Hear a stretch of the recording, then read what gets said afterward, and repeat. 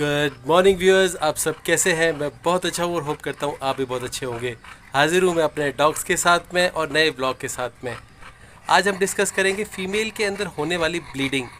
ये ब्लीडिंग वो ब्लीडिंग है जो हीट के अलावा होती है। ऐसी ब्लीडिंग को होती तो ये ब्लीडिंग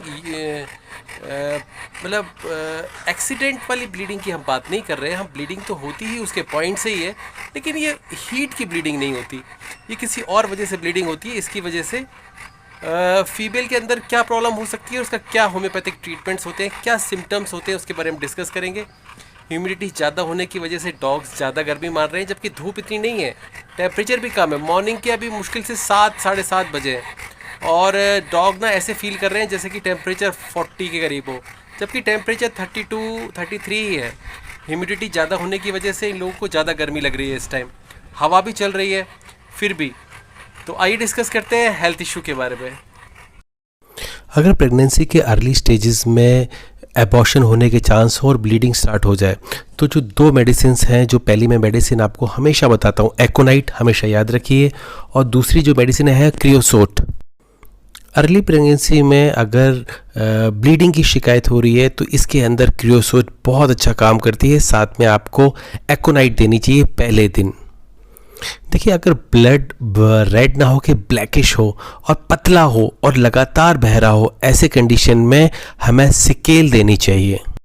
एक बार ध्यान से फिर से सुन लीजिए। अगर ब्लीडिंग ब्लैकिश कलर की लगातार पतली थिन हो तो सिकेल ऐसे केसेस में बहुत अच्छा काम करती है। कभी कभी क्या होता है कि मेटिंग के दौरान ऐसी चोट लग जाती है, कभी कभी फीमेल्स की पॉइंट के वहाँ पे जगह इतनी ज़्यादा नहीं होती, या फिर किसी वजह से मैकेनिकल चोट की वजह से वजाइना के अंदर चोट लग जाती है और ब्लीडिंग स्टार्ट हो जाती है। ऐसे केस में आर्निका बहुत अच्छा काम करती है। हमेशा याद रखिए, अगर किसी मैकेनिकल चोट की वजह से ब्लीडिंग हो रही है और वो भी पॉइंट के अंदर, तो आर्निका देनी चाहिए। मैं आपको एक ब्लड का चार्ट दिखा रहा हूँ जिसके अंदर ब्लड के अलग अलग कलर्स हैं, और इन अलग अलग कलर से आप अंदाज़ा लगा सकते हैं कि फीमेल के अंदर क्या कमी है। कुछ कलर्स नॉर्मल होते हैं और कुछ कलर्स इन्फेक्शन बताते हैं और कुछ कलर्स एक पर्टिकुलर कंडीशन बताते हैं। इसको आप ध्यान से देखिए, और आप अगर ऐसा कोई केस होता है तो इनसे कंपेयर करके आप उसको डायग्नोज भी कर सकते हैं। अगर फीमेल को पेनफुल ब्लीडिंग हो रही है लगातार, ऐसे केस के अंदर एपिस बहुत अच्छा काम करती है। एक बार मैं फिर से सिम्टम्स बता दूं। अगर पेन के साथ प्रेगनेंसी के दौरान लगातार ब्लीडिंग हो रही है तो आपको एपिसमेल देनी चाहिए, बहुत अच्छे रिजल्ट हैं। अगर ऐसा होता है कि एबॉर्शन से पहले या एबॉर्शन के बाद में लगातार ब्लीडिंग हो रही है, ऐसे केस में हमें लाइकोपोडियम देनी चाहिए। एक बार फिर से बता दूं आपको, अगर क्रॉनिक ब्लीडिंग हो रही है यूट्रस से लगातार एबॉर्शन से पहले या एबॉर्शन के बाद में, तो आपको लाइकोपोडियम देनी चाहिए। एक केस मैं आपके साथ में और भी डिस्कस करना चाहता हूं जिसके अंदर फीमेल बहुत ज़्यादा एजाइल होती है, बहुत ज़्यादा एक्टिव होती है, बहुत ज़्यादा दौड़ना भागना पसंद करती हैं, गार्डिंग करना पसंद करती हैं। ऐसी फीमेल के साथ में अक्सर ऐसा होता है कि प्रेगनेंसी के टाइम वो अपने आप को कंट्रोल नहीं कर पाती हैं और वो कुछ ऐसा कर बैठती हैं कि उनकी ब्लीडिंग स्टार्ट हो जाती है। ऐसे केस में एसिड नाइट्रिकम बहुत अच्छा काम करती है। फिर से बता दूं, अगर ओवर एक्सर्शन की वजह से, दौड़ना भागना एक्साइटमेंट की वजह से अगर ब्लीडिंग स्टार्ट होती है तो एसिड नाइट्रिकम 30 या 200 पोटेंसी में।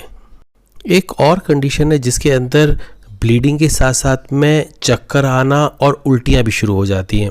अगर ऐसी कंडीशन है जिसके अंदर ब्लीडिंग के साथ साथ उल्टी और चक्कर भी शामिल हैं तो उस ऐसे केस में आइपीकैक बहुत अच्छा काम करती है।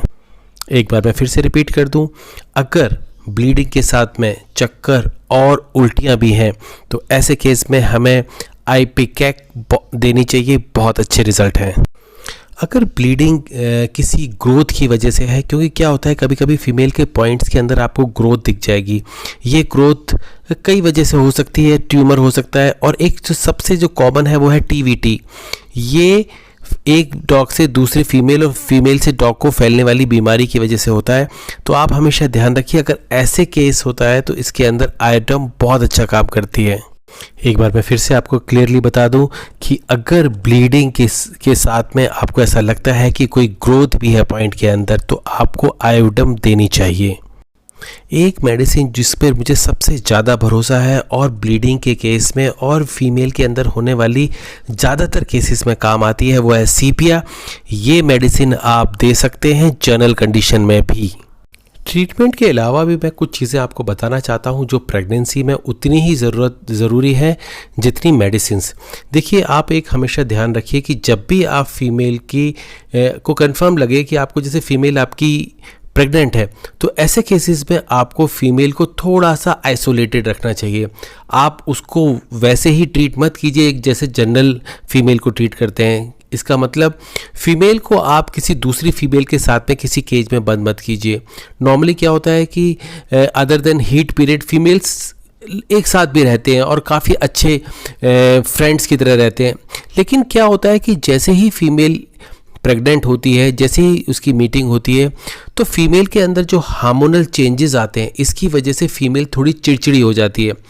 ऐसा चिड़चिड़ा होने की वजह कई होती हैं, क्योंकि फीमेल के कभी कभी बहुत ज़्यादा एसिडिटी बनती है, उसका पेट का सिस्टम पूरा अपसेट हो जाता है, वो खाना नहीं खा पाती, वो उल्टियाँ करती है। इसकी वजह से क्या होता है कि उसको भूख तो लगती है लेकिन वो खाना नहीं खा पाती।